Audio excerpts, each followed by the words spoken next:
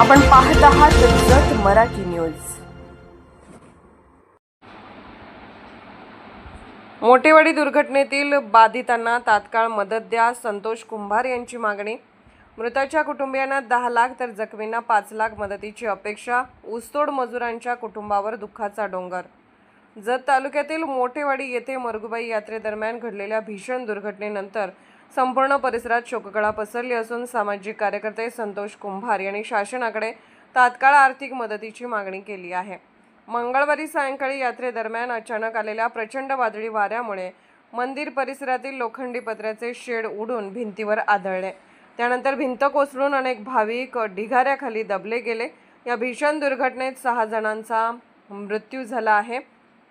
काही जखमींची प्रकृती गंभीर असल्याने चिंता व्यक्त केली जात आहे। दुर्घटनेनंतर ग्रामस्थांनी तात्काळ मदत कार्य करत जखमींना बाहेर काढले। प्रथम संक प्राथमिक आरोग्य केंद्रात उपचार करून गंभीर जखमींना जत व मिरज येथील रुग्णालयात हलवण्यात आले। या घटनेवर प्रतिक्रिया देताना संतोष कुंभार यांनी सांगितले की दुर्घटनेला 24 तास उलटूनही शासनाकडून अद्याप कोणतीही आर्थिक मदत जाहीर करण्यात आलेली नाही। मृत्युमुखी पडलेले व गंभीर जखमी झालेले बहुतांश भाविक हे ऊसतोड मजूर असून त्यांची आर्थिक परिस्थिती अत्यंत हलाखीची आहे।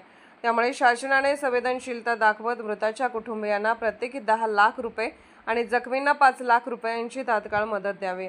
मोठेवाडी दुर्घटनेमुळे संपूर्ण जत तालुका हादरला असून यात्रास्थळी सुरक्षेच्या उपाययोजनांबाबत गंभीर प्रश्न उपस्थित होत आहेत।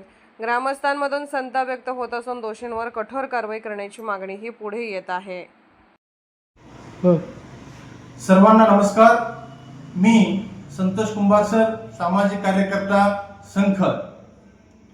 काम झालेले जत तालुक्यातील मोठेवाडी येथील दुर्घटनेबद्दल 24 तास होऊन झाल्यानंतर देखील सुद्धा शासनाची कोणतीही मदत त्या परिवारांना भेटलेली नाहीये। ते अत्यंत गरीब व ऊस तोडणीला जाणारे परिवार आहेत। त्या परिवारामधील 6 भाविकांचं काल दुर्दैवी मृत्यू झालेला आहे व 15 भाविकांचे त्याच्यामध्ये दुखापत झालेले आहे। त्यांना तातडीने शासनानं मृत्युमुखी झालेल्या भाविकांना तातडीने 10 लाख प्रत्येकी व जखमी झालेले भाविकांना 5 लाख प्रत्येकी असे शासनाने तात्काळ मदत जाहीर करावे असे मी महाराष्ट्र राज्याचे आदरणीय मुख्यमंत्री श्री देवेंद्रजी फडणवीस साहेबांना विनंती करतो।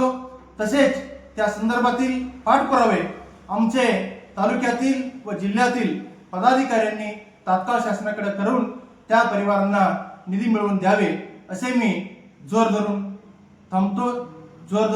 राहिलेले आहे। तरी सुद्धा जास्तीत जास्त लवकरात लवकर त्यांना शासनाकडून मदत व्हावे असे मी विनंती करतो। जत मराठी न्यूज चॅनलला लाईक करा, शेअर करा आणि सबस्क्राईब करा।